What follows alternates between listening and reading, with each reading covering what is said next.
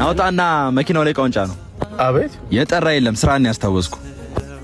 ስራዬ መሸጥ እንጂ መሸከም አይደለም። ከፍዬ እኮ ነው ትበጣጠሳለህ። የኔ ወንድም ስራዬን በስርዓት ነው እየሰራሁ ያለሁት። በስርዓት ብትጠይቀኝ ደግሞ አይደለም እዚህ ተሸክሜ ቤት አደርስልህ ነበር። በቃ የኔ ፍቅር ከማን ጋር የምትጨቃጨቀው?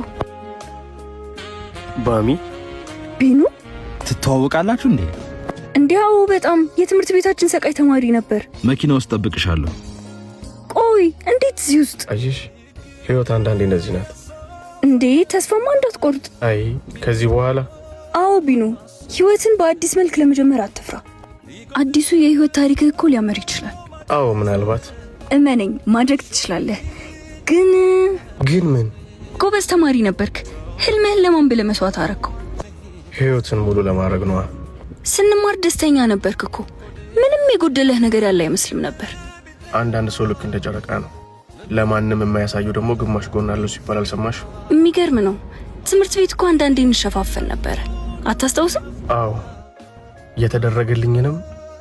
የተደረገብኝንም እምረስ አይነት ሰው አይደለሁም። በቃ እሺ፣ እንገናኛለን። እሺ። ሰው በእድሜው ብዛት ማስተዋል ከቻለ የሚማረው አንድ ነገር አለመፍረድን ነው። አትፍረድ።